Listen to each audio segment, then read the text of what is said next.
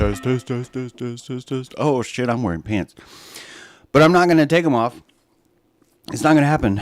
Good morning, all. It's great to be here. A little bit late today.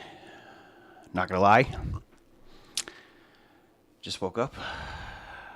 Was up all night. In a fun way. This is not one of those, oh, I was up all night. Oh, and we get passionate about things. And last night I was passionate about this. This is the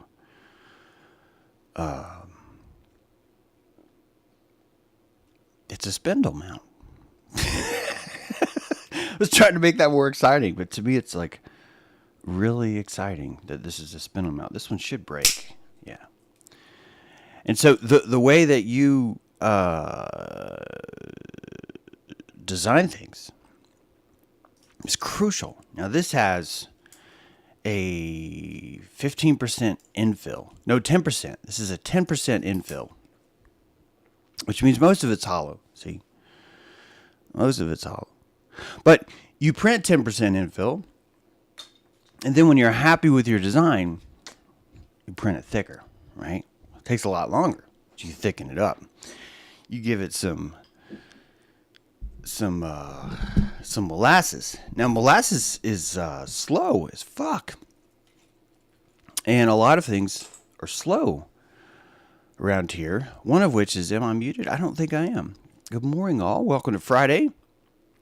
I almost didn't make it today.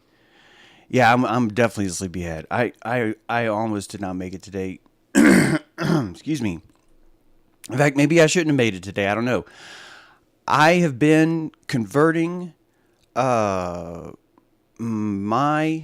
downstairs. Oh, I have to hit. Your stream is ready to go live. I'm sorry, Rockfin. I'm waiting for it to ask me if I want to go live. Excuse me. Is he going to tell me that? I don't think I'm actually live yet on Rockfin. Sorry. If you don't hit this button, then things happen. But I was up last night converting my downstairs bedroom into a CNC kitchen, into a CNC workshop. And for anyone who doesn't live alone, I'm sorry that you would have to convince someone in your house that the idea of converting a bathroom into a CNC shop might sound a little crazy, right? People might be like, James, I really like what we did with the wallpaper in there, and I don't know if it's a good idea to turn it into a CNC shop, but it's like the perfect room, and no one was there to object last night at like 2 a.m. And I knew that if I could complete this by before going to bed, I could start a cut. And I don't think that I would hear it throughout the house. So I did that. I converted the bathroom into a CNC shop. I installed shelves. It's a very tiny bathroom. I installed, basically I installed cleats on either side of the wall. And then I added a platform that's easy to pull out. The whole thing is suspended by 4 screws. They're structural screws, but they're screws. And the whole thing is suspended above the sink. The clearance between the top of the faucet and the platform for the CNC is about yay big. It's not very much. I would argue that if you are a man or any kind of small child, you can actually still go to the bathroom. I would argue that you could still wash your hands. It's just kind of awkward, that's all. And if the CNC's on while you're washing your hands, I don't think you're going to have a good time. I don't. I think it'd be kind of pointless. But if the CNC was not on and there was no dust in there, you probably would, you'd say, hey, this might be a decent bathroom if there wasn't a giant CNC cleated to the wall. And the door has like maybe a 1/2 inch clearance. It's a very small bathroom. But it fits. It fits this attaches my shop vac to to the CNC. This prototype does. And the shop vac is actually louder than the CNC, which is good news. Good news, because I was thinking, wow, that CNC is going to be loud. It's like, no, it's loud as a shop vac running all the time in your house, right? That's loud. That is loud. If I get serious a moment, I'm just sending some mad, crazy, serious love to Elspeth today. That's all I'm going to say. Just sending you some love. I don't even think she's going to hear this. Like, her neocortex is probably not going to hear this, but other things are, and that's important. So sending some love her way. We have airship today too, and then we begin the countdown. The countdown has begun. What does that mean? If you look on a calendar, you'll notice that the next full moon is next Tuesday. Depends on where you are. Sometimes it might be Monday or Wednesday. It kind of depends on where you're at, right? But next Tuesday is 7:40 a.m. So some of you, the full moon will be on Monday, probably. Most of you will be on Tuesday. We have a vitriol orchestra practice on Tuesday. And part of the reason why I don't have a show today, part of the reason why I've been pushing so hard is because I'm trying to get everything ready for that vitriol orchestra practice, because that is the second to last practice ever until the show. We will only have one more. And frankly, the next practice in April, the next full moon, I don't know how much time there's even going to be. So my goal before Tuesday is to have all these things situated to decide exactly, what set pieces we're going to make, which ones we're going to bring to 5.5, maybe I should have done show today, but yeah, so that's what's going on. What we're going to bring, what it's going to look like. I'm still working on writing the show. I'm really excited about it, and it's been a lot of fun. It's been a lot of fun prepping for this thing. I'd like to thank everyone for being patient, and more importantly, I'd really like to thank the patrons for helping me out here. There's a new thing happening, and I got to be straight up with you. I think a lot of you just don't. I think some of you don't know it yet. Right? Sarah says, James, you need to hire yourself a groomer of the stool like the king and queen have. Yeah, I could just sign off, but I really could. It was like Adrian going, stop playing videos that you produce and wear a different color shirt. It's like, yeah, guys, I don't really know how to enjoy this. I'm doing the best I can, but it does feel like I have two jobs right now. This is a new shirt. I don't even think I've ever worn this shirt before. And I'm still being told, James, you're not grooming yourself up to my proper standards. And I understand. I know how important it is. You got the witness going, and I appreciate your attention. I do. But I think if you guys are looking for that show where it's like polished and we're doing it live and that never happens, I'm letting you down. I am. I'm letting you down huge. Wire palette in San Francisco. Don't know why you need to say San Francisco. Is there like a wire palette in Seattle? Is there like a wire palette in Vegas? I don't know. But anyway, that's what's going on. And if I need to, maybe this is kind of related to. This is actually kind of related. This is not good news. What I'm about to say. This is scary news when it comes to someone who's doing a live stream, especially since the eugenics program. I think there's been a collapse. I think there's been a collapse in the collective psyche. I've actually said this before. I said I think that era is over. We're entering into a new era. Some people got really mad. They're like, how dare you suggest it's over? It's not over, James.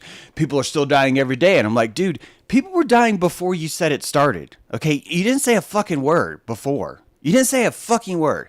But as soon as it started, you're all of a sudden like, oh my God, people are trying to kill us. That's never happened before. This is the first time in history people are trying to kill us. It's like, dude, the entire history of government has been the pursuit of finding ways to put you in the grave in a manageable way. It's the entire purpose. And I get how important it is, because you want to feel that this is the novel eugenics program. This is the first time this has ever happened. We got to get out and roll it out. And this is happening every single day. Every single day. And I've told you about this idea that I think the wave has collapsed. And when you have something so fantastical, so outrageous, so big, like a eugenics program, that you can't help but look at Zarko giving away free candy. Look at that. You people who are new to the idea that this is a new shirt, by the way. It's a new shirt. What the fuck do you want me to do? Do you want to wear a tie? Is that it? Because I've worn a tie. You know what you guys said when I wore a tie? James looked like a black preacher. That's what you said. You said James looks like a black preacher. And it took me 3 weeks to realize that apparently, if you're wearing a tie, unless you're black, you can't mix the color of your tie and the color of your shirt. That apparently if you do that, you are now a black preacher. Even though you're white, even though you're actually more of a philosophical sophist. It doesn't fucking matter, right? And I got a 20 pack of ties just for the show. Do you know how hard I work to get rid of ties? And I get ties because I really value what we do here. Value witness. I don't want to lose you. And so I try and dress spiffier, and you call me. They're not even names. You simply categorize me as something that I don't know how we even go forward from there. That's all. How do you even go for it? Okay, thank you, Autumn. I don't think you mean that as a compliment, Autumn, but I'm going to take it as a compliment. Autumn says I look like a substitute teacher. Class, I don't care what Mr. Mendez says you can and can't do. In my class, stop. Autumn, sit down. Sit down. I don't care if you're related to Mangus, Colorado. Sit the fuck down. Do not stab him with a pencil sharp. Autumn, pull the pencil out of his thigh. Pull it out. Okay, wait. Leave it in. Don't pull it out. We're going to need a tourniquet. B, can you get down here? We're going to... Who buys ties in a 20 pack? David, there's an Amazon special. Amazon ties. I got this pack. I got this one. Oh, look. Yan Li. This is only 9 ties. This is like a cheap deal here when I'm getting ready to show you. This is like a cheap deal. Like I would never stoop so low as to get this deal. I want that 20 pack. But this is what I got. Windows capture. I showed David Trainer. He was like, James, you can't go. There's not a place out there that sells a pack of ties that big. And they do, David. Look at this. That's style. Look, here's style 8. Ooh. Polka dots. And I said no to that. I'm like, dude, I'm too sophisticated to have nothing but just solid dots. And why would you need 9 ties that all have dots on them? Jesus Christ, y'all. You know, come up with some kind of variety. And they're like, no, we can't, because this is the world where people wear ties. And when people wear ties, the whole point is to have something around your neck so you can embrace slavery without actually having to think you're paying for it, because it's a silk tie. So you're actually paying for it. And so this doesn't count. It's not slavery. It's not slavery if you wear a tie and you pick it out. It's not slavery, right? And you got these, Scottish. Ooh, the Tartarian ties. Yes, the barbarian ties. That's what we have here. Yes. And then we have the, this is what I went for. I went for the fraternity row stripe pack. They don't call it that, but they should have called this fraternity row. But yeah, look, 9 ties, blue and blue. See, these are white guys. You can tell these are white guys. Do you know why they know they're white guys? Because they're all wearing white shirts. And it's the only thing you can get away with. You can wear whatever collar or tie you want, as long as you're wearing a white shirt. If you're white, if you're black, you have a different set of rules. Look at this paisley tie. Look at it there. It's like, I'm Paisley. I'm hanging out here with a bunch of weird geometric guys. Who knows what's going on with them? But I'm Paisley, and I've converted one of them. Look at this guy down below. I converted him into my kind. He's my species now. We are fractally aligned into the effervescent harmonics of fashion and industry. But when it comes down to it, we're still just a noose that's put around someone's neck. makes them feel better about being in slavery. Hey, James, have you considered converting your cubicle into a CNC factory? Oh my God, that's such a good idea. All right. Also, there is a musical group called CNC Music Factory, and I just want to say it's been cracking me up the whole time. I think I need to end the stream because of how paranoid I am about the way I look. I am really sorry that I look this way. I actually don't spend a lot of time worrying or feeling sorry about the way I look. It's only when I come here and I start to realize, holy shit, I'm being looked at right now, and it's a strong thing. And I'm sorry it doesn't look better. And I meant to pull that down from behind my head, but I won't say it because you guys won't see it and you won't know what I'm talking about. I'm gonna whistle now. No one will notice. Having a live stream, not gonna talk about stuff that I was gonna bowl around. Yeah. James, I really hope you stay the way you are. After this, here's the guy that was like, you should really groom yourself more. And now he's like, James, I really hope you stay the way you are. Be true to yourself, but you always know this. I remember wearing Dickies back. Dude, pulling out the deep Dickies reference. All right. Wire, I only have one question for you. Did you ever wear Sebagos? Did anyone here ever wear Sebagos? Do you?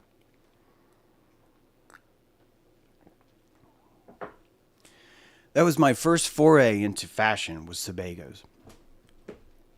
Very first time. My very first stint into, wow, look, here's us watching us watching us. Look at that. Look at that. Us watching us watching us. But my very first venture into Sebagos gave me a interesting ride. Sebagos. Look at, oh my God, are they still making Sebagos? Holy shit, they're still making Sebagos. Here's the Sebago. JCPenney, motherfuckers. Eat it and weep. Look at that. Oh, now they say Eastland. What the hell happened here? This ain't no Sebago. It looks like a Sebago, doesn't it? Doesn't that look like a Sebago? That looks like a Sebago to me, but it says Eastland on it. And I was convinced, if I get Sebagos, Mom, I'm going to completely fit in. I figured it all out. She's like, tell me more. It's like, well, it turns out there's this thing called society out there. And society judges you on whether or not you're acceptable based on certain implications. Now, there are certain ways to hijack the system. And the ways that you can hijack the system is by finding something favorable that many other people also find favorable at just the right time. It's a kind of fashion favorability, in that you would be accepted by simply embracing a certain type of culture or fashion, and others would automatically stop doubting you and accept you as one too. This was my thinking.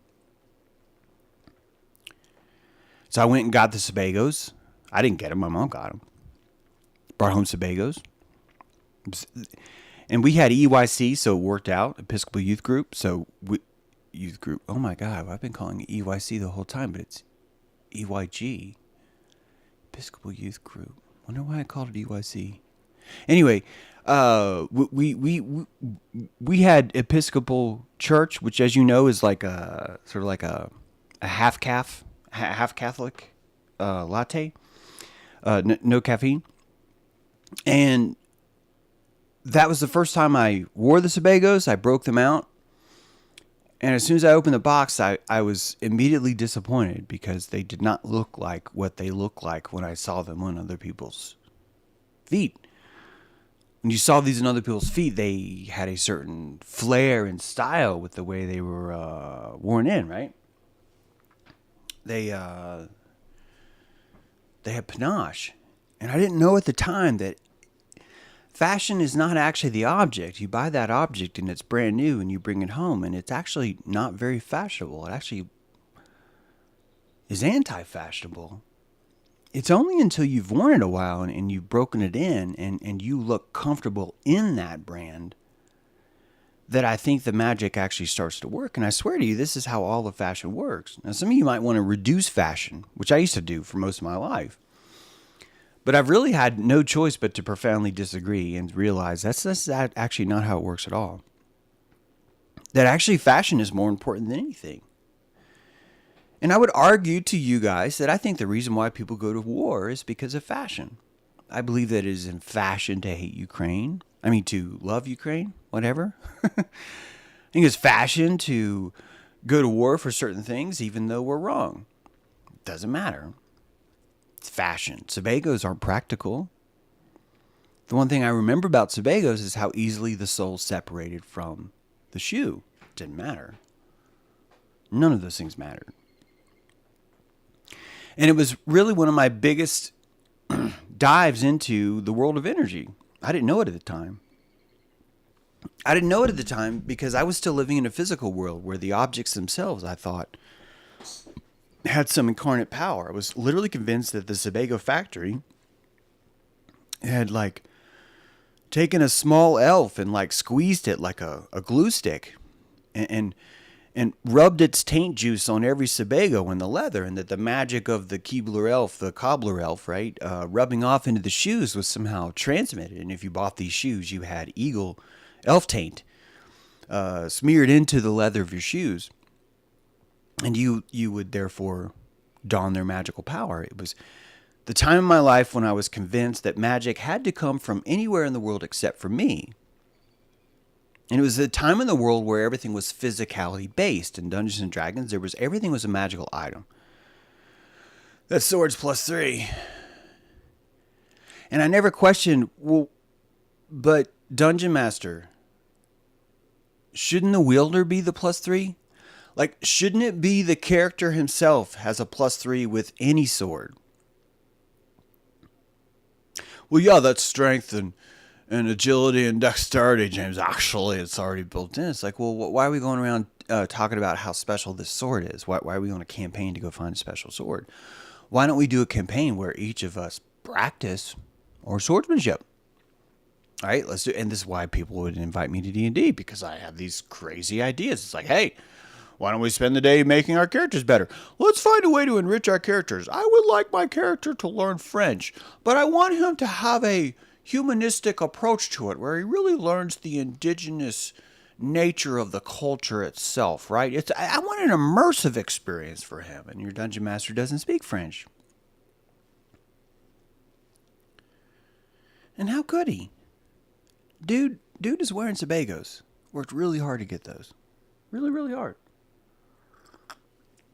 So as you grow, you start to realize that the magic themselves of these items are actually not in the items themselves, they're actually in the wearer. And then your whole world blows up when you realize you are the one that's actually charging those items. I've been the one the whole time that's been charging Sebagos. I've been giving Sebagos my magical energy the whole time. Dumping free prana into that fashion, which is why brands have brands. And if you think about kids' toys and kids' brands, the people that own that company are just drinking liquid child prana. They're just like, yum, yum, yum, child prana. We do not need money at Buster Brown. We are drinking the juice of raw child prana. Right? It's like that kind of thing. Yeah, Buster Brown. Knew a lady that actually worked there. She didn't seem to be like a prana drinker, though. She seemed pretty cool. She introduced me to self-hypnosis. I needed it at the time. I was like 12. I really needed that. I was just so intensely like bipolar all the time. Now I'm bipolar like in a really good like flow state kind of a way. Then it was just like, whoa, it was just freaking all over the place. Oh my God. It's horrible. It's horrible. Hence the Sebagos. Now, my soiree into fashion was not over. Because I also was convinced that Camouflage Pants had a certain type of technical skill. And I wanted to master them. And I knew that if we could get a pair of Camouflage Pants home in my lab, I could study them. And I was always asking for camouflage pants, but I was always told you don't need camouflage pants. That there's no need. You can't wear camouflage pants to church, James. It's just not done. What would the Lord say? I'd say, the Lord would say, I can't see you. That's what the Lord would say. How offended can you be in my pants if you cannot see them? Think about it. Think about it. And of course, you realize you're arguing with Jesus, which does not go over well at EYC. It does not go over well. They don't like that at all. It's rough, right? It's rough. So, if you are a patron, you can download the plans to convert your guest bathroom into a CNC factory. Pump up the jam. Pump up the spindle. Turn it up. While you got to go. Turn up RPM. Set it to 11,000. G29 to X1 and Y1. It's, yeah, at depth speed of 0. CNC Music Factory, ladies and gentlemen. So, yeah, never got the camouflage pants. Actually, finally ended up saving my money to buy tickets to a military surplus show that was coming into town. As a young child, I was under the impression this is the only time this had ever happened ever, and that the Army and the Navy and the Marines would never like go into this civilian world and offer their wares to the public. But at the convention center in Chattanooga, Tennessee, at the Roundhouse, this Sunday, from 12 until 2, the world's largest military surplus sale that's ever been assembled will be here, be here, be here. And I was just like, oh my God, are you kidding me? Miles and miles of technical gear. And I was like, oh my God, I bet you they have camouflage pants there. We have camouflage pants. I was like, oh my fucking God. We gotta go. We gotta go. And if I could buy a ticket, because at my allowance, I was allowed to spend money on certain things. And no one had outlawed the buying a ticket to a military surplus show. No one had said that yet. And I knew, since I couldn't get anyone to take me to buy camouflage pants, that I would go to this place and I would study the technical nature of the camouflage pants. And I would download and decode their secrets and bring them back to my lab and construct my own camouflage pant, right? That was the goal. That's the goal. This is the show today. Have you noticed? Has anyone caught on yet that this is the show? Has anyone caught on? Because that's what happens when you're trying to do two things. You're trying to do two things, you know? You're working on the show, you're converting your next thing you know, you're converting your guest room into a CNC factory, right? And you're reminiscing about your quest for camouflage pants. I did finally acquire these pants. They were parachute camouflage pants. The only way I could come across them was parachute camouflage pants. They were way too big for me. They literally slowed me down when I ran. There was so much fabric there. It was just ridiculous. And it was this new sort of parachute cord, patch cordy kind of a stuff. And I realized as soon as I got home that there was more than one kind of camouflage. I did not know that. I was able to get some pants. But they actually were not what I thought camouflage was. There was this weird desert camouflage thingy. And I left feeling like I did not fully understand or train myself in this concept of camouflage. I didn't know how it worked yet. I didn't know the ins and outs. From my standpoint, in my mind, are you telling me that I could be wearing these anywhere I go and no one would see me? And it made me instantly think that, is there someone right now in the room that's just wearing camouflage right now? Is there? This is long before Predator. Before we even had technological camouflage, right? Yeah. Good question. Computerized CNC stands for stands for Computer Numerical Control. Did you get that right, Stern? I think you did. Stern, you usually get things right. And if you said that, you probably are right. Because it is that. If that's what you said, that's what's right. Computerized Numerical Control. Yes. Yes. Computerized Numerical Control. And I wrote my first G code by myself, by hand last night. Because I knew if I could write this by hand, it would be like my camouflage days where I've studied this stuff. So, ladies and gentlemen, I'd like you to read an excerpt from my very first G code.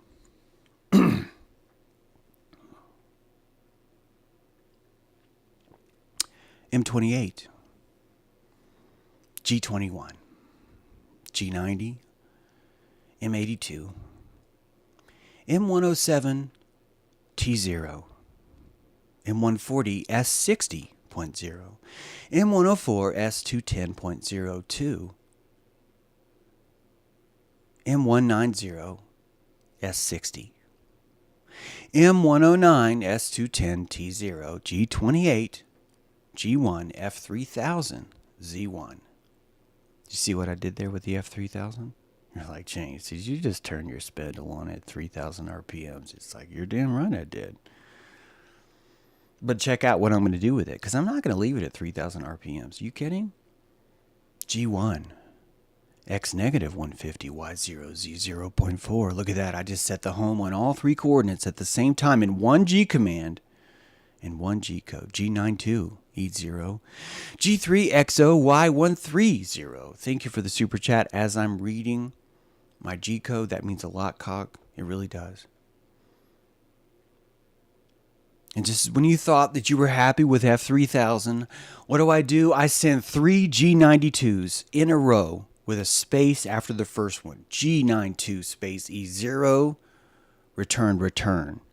G92 space E0, return. G92 space E0. And then when the spindle least expects it, I throw a G1 F24 0. Of course, the rest you know, right? M107, M204. I still take that M204, change it to S8000. I switch up the signal speed. We're going to go all the way to X200, Y200 from M205. We're going to need an S8000 to get there. It's literally the only way we're going to get there.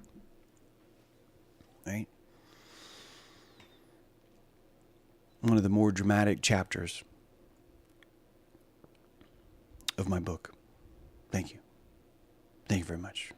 That was G code called Spindle.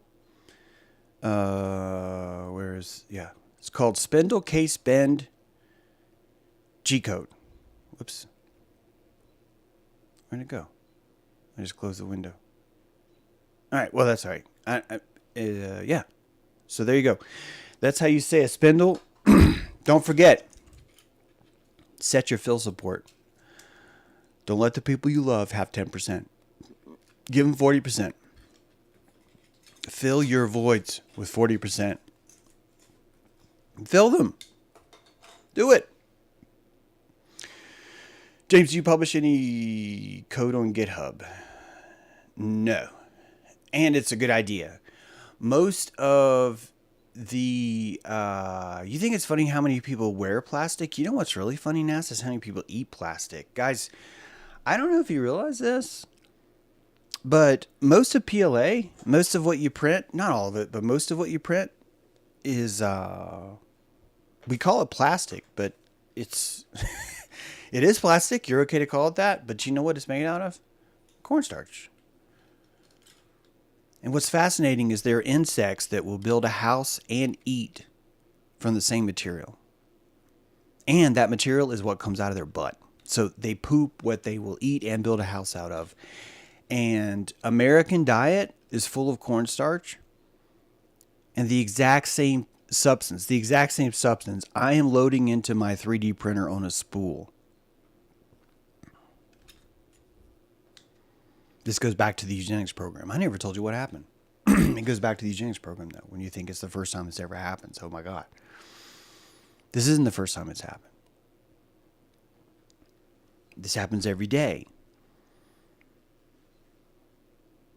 You don't buy organic food because there's a lot of pests. There's not like a lot of bugs out there that are like, yeah, nature sucks. We're going to go out there and just eat every single fucking piece of vegetable in an unsustainable way because that's what we think nature is. That's literally not what fucking happened.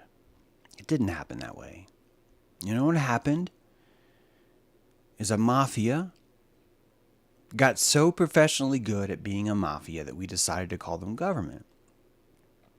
And that mafia has a symbiotic relationship with you where you pay them protection money and they will not fuck with you. They will not burn down your shop.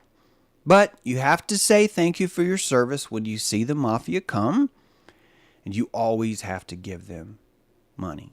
Always. No questions asked. They get to kill whoever they want, whenever they want, in whatever location they want. They get to create a commission and pay someone to come up with an excuse to explain why they did what they did.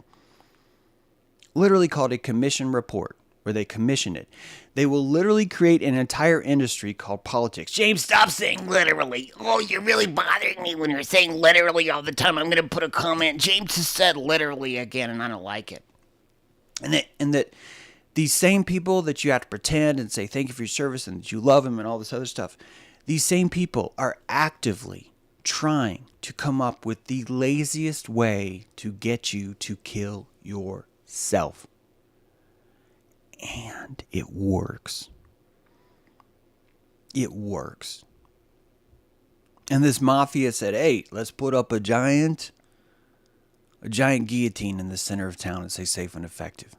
And everyone's like, that'll never work, Frank. And Frank's like, yeah, I think it will. And he did, and it worked. It's literally what's happening. Oh my God, he said literally again. It's figuratively what's happening. You want me to say that? Is that better? Now I feel better. James is no longer saying moist, he's saying damp. Oh, I feel so much better. James is no longer saying literally, he's saying figuratively. I feel so much better. Is that it? Or is this another Sebago thing? Are you seeking the Sebagos in life? Are you trying to unwrap the camouflage? And the entire time, all the mystery was there before you unwrapped it. You realize, my friends, that if I had not purchased Sebagos or camouflage, I would still be living the mystery of this magical life that's been enhanced by the winged feet of Sebagores, Hermegios, Sebago Mermes. I'm trying to mix Hermes and Sebago. That I ruin those by investigating those, right? You understand? Apparently, people say apparently a lot. Apparently, that word is used too much, apparently. You know, German chocolate cake's good. You know what's really good? It's sour cream chocolate cake. That is some good stuff. Oh, but James, you're fat, so you shouldn't be talking about food. But still, that's some good stuff, man. That is some good stuff. Sour cream chocolate cake. Oh, I need to go see Mom right now. Hey, May 4th, I'm going to be in Rhode Island. I'm missing German chocolate cake to do Rhode Island. I hope you guys... sour cream chocolate cake. I think it's got German. I think it's sour cream German chocolate cake. Did anyone actually disagree with the idea that only black people can wear a colored shirt and a colored tie? Is anyone... I missed the chat. If you want to call me out, tell me I'm racist or whatever, feel free. But this is really what I understand. And if I don't understand it correctly, tell me. But I'm pretty sure that this is the case.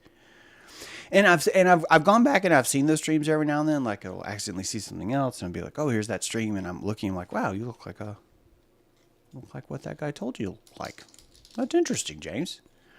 This is probably why you're constructing a CNC factory in your bathroom. Pump up the GCode, right? So, yeah, we've got some tools lined up for 5.5, and we're getting ready to put into work. So, starting as soon as airship is over, I'm going full tilt, working as fast as I can until Tuesday. So just want you guys to know. Look forward to that. Racist is just another word for authentic. I wonder if Sark's wearing a tie right now. I wonder if he is. There used to be a place in Harvard Square called the Green House. They had amazing German cakes. They're probably an H or an M. Yeah, I bet you it was spelled like this. I bet you it was spelled Haus. Haus, like that.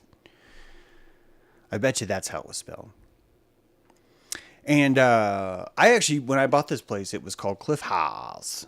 Cliff House, because it's like kind of pushed into the cliffs, basically. You doing high magic tonight? Good question, Noam. Am I doing high magic tonight? I will ask this sock. I don't know. I'm going to guess yes. I'm going to guess yes. We're going to wait and see what Sark says. And then we'll just play it by ear if Mo comes. Yeah, I might be... No, it's all right to spell it wrong. I was just telling you that I think that's what you're talking about. Is it the H-A-U-S? All right, cool, yeah. Sark's doing high magic tonight, whether I'm doing it or not. So there you go. Yeah, 7 p.m. Did you guys know that we have a whole other channel? You realize that I have a line with some pretty nefarious characters who celebrate birthdays of like really strange people that you're like, what did you just say you're celebrating? You're like, yeah, man, it's his birthday. I'm going to fucking have a cake. Right? We lost another dojo last night. YouTube came in and took out dojo 205. I do not know the date on that dojo, but it was a while ago. Because we're not doing dojos anymore, right? We're doing airships. So that tells you, if you're curious to know how the algorithm works, that the robot is literally just sitting there. He wakes up. It's like, I'm an algorithm. And it yawns and it drinks its digital coffee. Because what I'm going to do today, it's like, I'm going to go find some medical misinformation. I want to go look at James Truth's channel. Seems like whenever I go there, there's always something. And so it goes there. And it's like, yeah, there's all these dojos. And it goes through them and it analyzes them. It converts them all from speech to text. Then it runs those letters, puts them into an algorithm that determines whether or not those letters match what would be considered medical misinformation. And if it does, then they punish you. And that's the world we live in. We call this free society. We call this a free society. We do. And it's because the government is the mafia.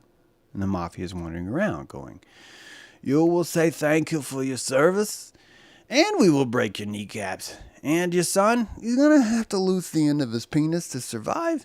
And he's going to be given a number and assigned to a slave contract, where for the rest of his life he'll be paying us money to not fuck with him. How does that sound to you? And most of the people say, that sounds fucking great. Where do I buy a tie? And it's like, well, you just go to Amazon. Go to Amazon and you'll find a 9-pack of ties. And the symbolism. I still can't believe the symbolism of ties. I can't believe it. It's literally a noose. And because it's made out of silk, we've decided it's not. And I've spoken forever about how we have this need for slavery. People are like, that's not true. That's not the case, James. But literally, we have a need, a desire for slavery. I can prove it. We literally, James, you're using literally way too much now. Okay, now you're just doing it to fuck with people. So stop messing with people.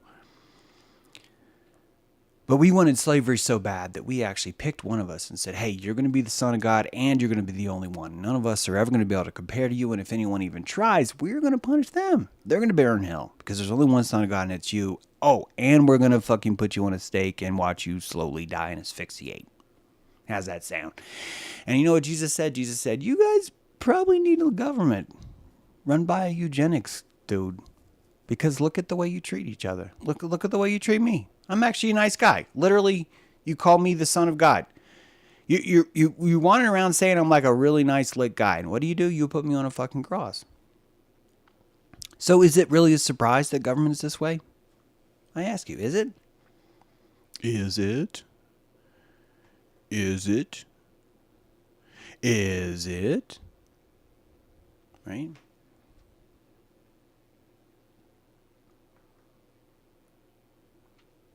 There are two types of people in the world, those who want to know and those who don't, and those who want to believe. Friedrich Nietzsche. I think that's bullshit. And I'm glad you boasted the quote, but the reason why I think that's bullshit is because I think that people who think they know are actually under a belief. And I know this because it happens literally every single time in the world. Oh my God, you just said literally again.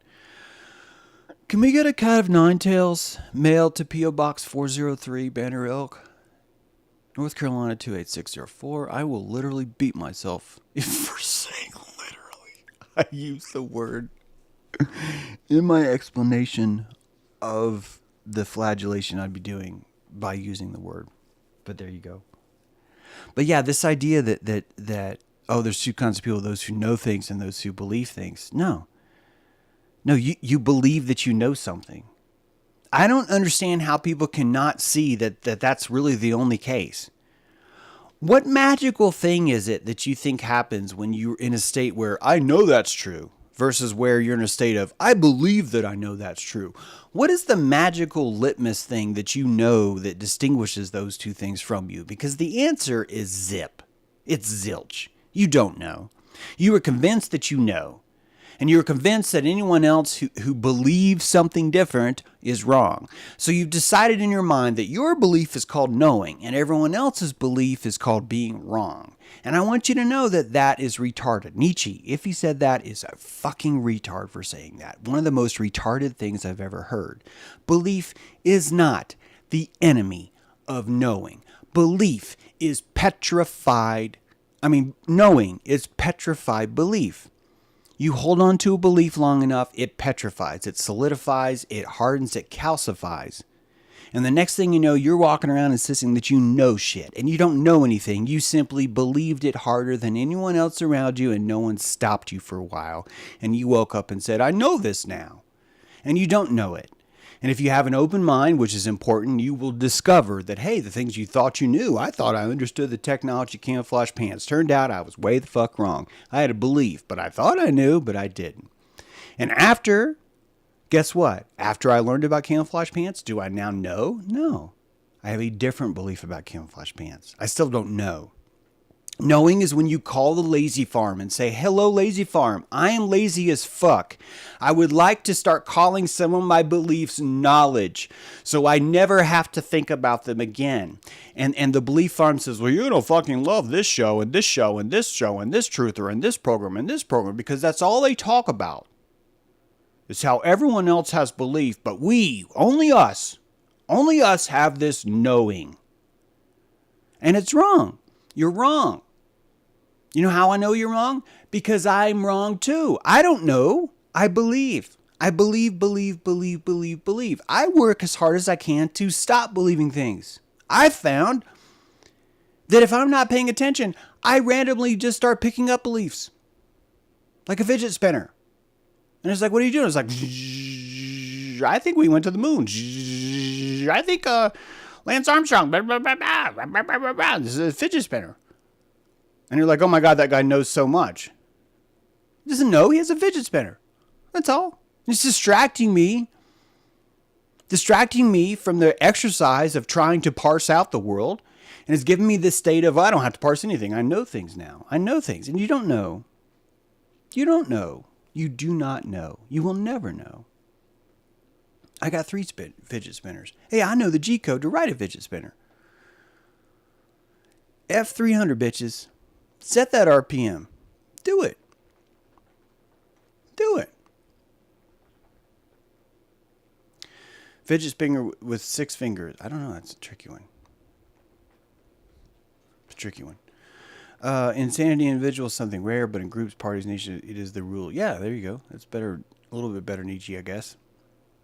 Still not buying this whole anyone who believes is wrong. And you guys need to listen to us because we know things. And if you listen to the people that know things, you'll never have to believe again because you'll know everything.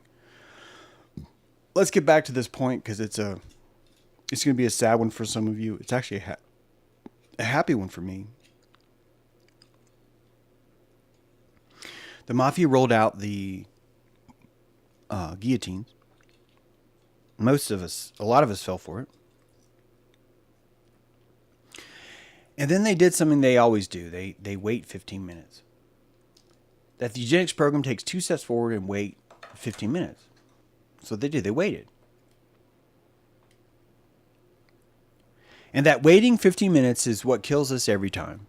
Because it elicits complacency. Why? Because we cannot stand guard for 15 minutes because nothing happens. And they know that the reptile, James, you're referring to him as they. Good point. And you know that your reptile is being implemented. Your reptile doesn't have the patience. Why? Because the reptile does not have long-term memory. Do you understand that most of your long-term memory storage is actually for your mammal, not your reptile? Your reptile definitely has memory storage, don't get me wrong. Right? Because your reptile wakes up and is instantly saying, "Is there a threat in the room?" That's what your reptile says all the time. "Is there a threat in the room?" And any perceived threat that you saw in the last cycle, just like a computer cycle, right? Your reptile runs a cycle.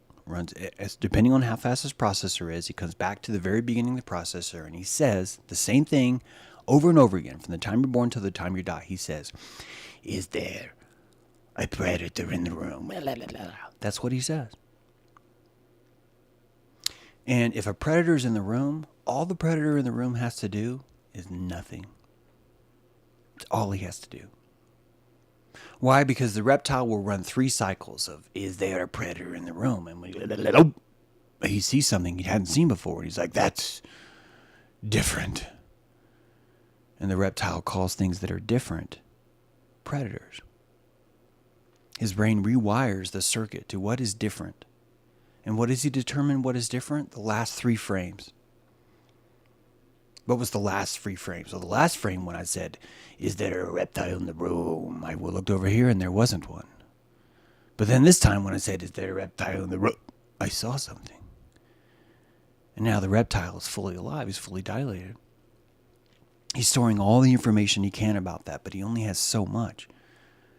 And if that predator stops moving, he will look again and he will say, "There's that predator in the room that I saw last cycle." And he will look again. He will do another cycle. "There, the predator is still in the room, but he is not getting closer, so I will remain frozen." And the reptile is stuck in a state of being of freezing because he thinks if he moves, it might invoke the predator more. And so he's waiting for the predator to either stop becoming a predator or attack him. And after a while, the frames fade. The frames fade, and every time the reptile goes, "Is there a predator? Is there a predator? Is there a predator in the room?" he skips over it. Why does he skip over it after the 3rd time? Or the 14th time, or the 100th time? Why does he skip over it? Why does the reptile suddenly decide that's no longer a threat? Do you know what the reason is? Fucking memory. He doesn't have the memory palette to store that much information. This is why a lizard will eat its own child. It will eat it. Do you know why? Because it doesn't remember. It doesn't remember. And when you start to understand the importance of memory, you understand that memory is literally tied to every single connection that you will ever make in the world. Every single one.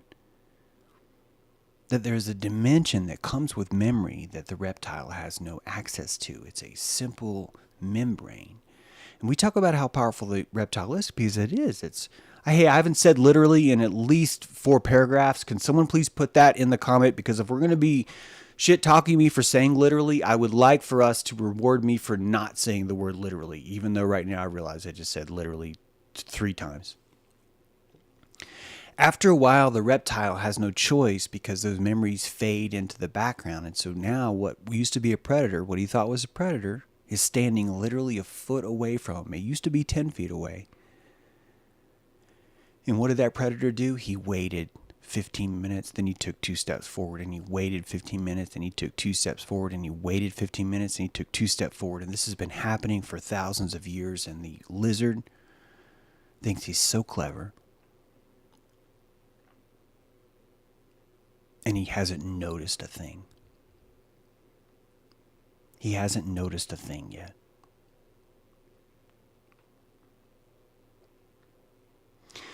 This is the essence of mind control, isn't it? This idea, this little game. This is the essence of how a government mafia would provoke and run its clan. It knows that most people will succumb to the ignorance of the reptile, A. It knows, B, most people will insist there's a state called knowing. And that if they were told something enough, they will enter into the petrified state called knowing. This is how you hypnotize chickens. You do the same thing with media. It works the same way on humans. Exact same techniques. And you hypnotize and place someone into this state of knowing. And now their minds are closed. And now they feel superior. And now they save calories because they're no longer burning plasma into discerning their belief. They've petrified and they've stopped entirely. Right? How do I know all this, James? Because I have a reptile inside me. And I've watched the reptile inside me be hypnotized by others. And I've watched other people have their reptile hypnotized. I watched some people whose reptile runs the entire show. Energy games, and this person will be like, "Well, I don't know why you're offended by that, because I didn't mean to say that. I didn't mean to offend you." And no, what they really mean is, I don't know why you're offended, because I'm purposely not watching where I'm going. So if I run over you, I don't get to be blamed for it. I'm not watching where I'm going. Most of the people that live in the world have decided that they will live that way. It will blindly allow the reptile to bite off or call predator, whatever it wants, or not call predator, whatever it wants. It doesn't really matter, because you save a lot of calories this way. This is why I tell you that the eye has to come online. The eye exists before you come online. And when you come online, you simply tap into that giant eye that's been there. That's a 200,000-year-old genetic eye, literally living inside these spaces between your genes. That the transcription of I am inside of every cell is giving you that eye. It's telling you the eye's story the whole time. And you don't even know that story. You came here to get to know that eye. You're not here to create the eye. You're here to create your understanding of who I is. And I is something that has a base, rudimentary, subterranean root of reptile. And you need that reptile. It's giving you all of your soothsaying happens from the reptile. Did you hear that? All of soothsaying happens from the reptile. Every single bit. This is why we flip coins. This is why in Greece we used to say, yeah, we're going to watch those birds over there. See those 5 birds? Yeah, when they take off, we're going to watch them. Now, if 3 go up and 2 go down, fortune looks good. If 2 go up and 3 go down, fortune looks bad. And we declared all these systems. We would say, hey, are you using that chicken? No, why? I just need to look at the future. What do you mean? I just need to gut your chicken and pull the entrails out and throw them all on the ground and then watch the pattern that they make. And then I'm going to decide whether or not I should get the mortgage on this house. And it's like, but I like that chicken. This reptile is not something you're ever going to be able to turn off. In fact, you wouldn't want it to be. The second you turn it off is the second that we are run by a governmental mafia. That's what's happened now. We try and pretend that reptile doesn't exist, don't we? We try and pretend that reptile doesn't exist because we do not like to live in a world knowing that our base operating system is Reptilian 1.6, version 1.6. And that reptile OS is running well below our neocortex, right? It's the DOS. It's the DOS below. It's the shell below. And that shell is where you have root access. That shell is where you have literally can change the... Oh, God, I just said it literally again. You can change the permissions on everything in your system from that root, which is why we're so terrified by the reptile, yet we have this fetish to embrace it at the same time, right? Which is where we get where we are today. And it's beautiful where we are because we're learning. We're learning. Yeah, ghost in the shell. That's a good way of putting it.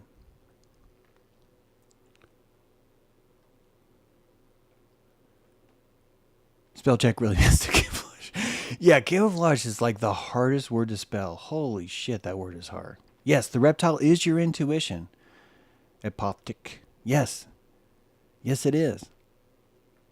The reptile is your intuition. Do you know why? Because the reptile knows the flip of the coin before you do. He does. He knows everything before you do. Everything. Yep, that's why we say Quetzal. You're so right on him. Although I can now finally spell Quetzalcoatl without very much. Quetzalcoatl.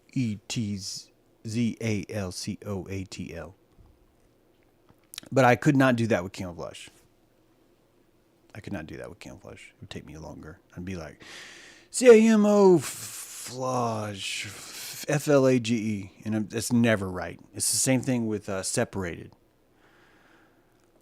I want you guys to know, if I ever reach the Lucifer, and I'm like in charge of everything, and because I've symbiotically united with a machine that gives me the ability to out-simulate everyone around me, and therefore I become the all-knowing sentient creature, the very first thing I'm going to do is find the asshole who spelled separated that way, and I'm going to rip him up the taint. That's what I'm going to do. If anyone else had any words you would like for me to invoke my revenge upon, please enter them in the chat or in the comments below. But the dude who invented the spelling of separate is going to get it. Camouflage, I'm actually going to allow, because technically, you not being able to spell camouflage, in my opinion, really, really hits at the heart of the word camouflage. And so I think you could have some onomatopoeia there, right? Where instead of the onomatopoeia, the spellomonomia. The spellomonomia is when a word is spelled in a fucked up way, only because the fucked up way that it's spelled is intrinsically referring to what the word actually means. Spellomonopoeia, right? Spellomonopoeia. Yeah, fluorescent. Oh God, that's a hard one. Oh, fluorescent is really hard. Yeah, but separated, fuck that guy. Fuck that guy. But James, what if it's like an innocent child? He's still going down. He's still going down. I don't care. He's still going down. You have no excuse. You should not be spelling words if you don't have the responsibility to take what it takes, right? Human Vibration, love her, love the show. Realize Radio, the podcast, Realize Podcast, HV, some of you know her account on Instagram or Twitter. We did round 1 interview 2 months ago. It was a great talk. Love talking to her. Love her audience. And we're doing round 2. Pretty excited. We're recording round 2 on Tuesday. I don't know when that'll be out, but you're going to have to be a patron to see that. HV has agreed to let me do what I did last time, which is that my patrons are going to see that video. So the only way you're going to see that interview is if you're either a patron of her or of me, but it's a great time to join. Remember, if you've been a patron this year, you've gotten a free audiobook. You've gotten access to all these interviews. The second one this year alone. There's a lot of cool stuff, and it helps the show. It helps us produce things. One of which is this 5-5 show. Which I'm really excited about. I think probably next week. I don't know what the schedule's going to be. I know that I feel very behind on the 5-5 prep, and there's just a lot to do. There's a lot of technical things to do. Once I get caught up, when I say caught up, is a lot of these things that I have will be doing things in the background, and I can be back on the show. But until I get them up where they can do things in the background, it's kind of taking all my time. So I want you to know that's part of why I haven't actually been prepping the shows, is that I know the sooner I get my CNC up, it can be cutting in my guest bathroom while I'm doing something else. Before, I could do that, but it was loud as fuck in the house, right? Because downstairs, really loud noise. But now, it's downstairs in the guest bathroom, and I haven't turned it on yet because I haven't had time. It was like 4 a.m. by the time I finished it up. And I need to get one more piece of wood. But just to make a nice little cover for it. But I will be turning that on, and I will see to decide, did I save noise level, right? But once all these things are set, then I can actually put back in the show too, because a lot of these things will be printing in the background. I just want you to know that's what's going on. That's all. Nobody should know how to spell prawn. Yeah, I don't know how to spell prawn. I never thought about that. I don't think I've ever needed to spell prawn, though. 5-5 is going to be cool. Can't wait. Thank you, Bullseye Dragon. I can't wait for you to be there. I'd love for you guys to come. Come to 5-5. You can get 5-5 tickets right now. I could use that money. I'm renovating bathrooms, starting them into CNC factories. And if anyone who gives me money is going directly into this art fund, which is just really creating some cool stuff. And so, yeah, you should check that out. Tickets are available right here. It's going to be a great show. I am really excited about it. I'm probably putting more into this show than I've ever put into any live streams combined, probably. It's been a lot. I feel behind on my life in general. B, take a nap. Take a nap, B. I don't mean right now. Watch the show, but then later take a nap. If you feel behind, take a nap, and when you lay down, say, I have enough time to take a nap, and you will not feel behind again. You realize, wow, I have exactly the amount of time I need. Why? Because I took a nap. It's a very important ritual to take a nap. It could be 3-minute nap. Be amazed at what happened in 3 minutes.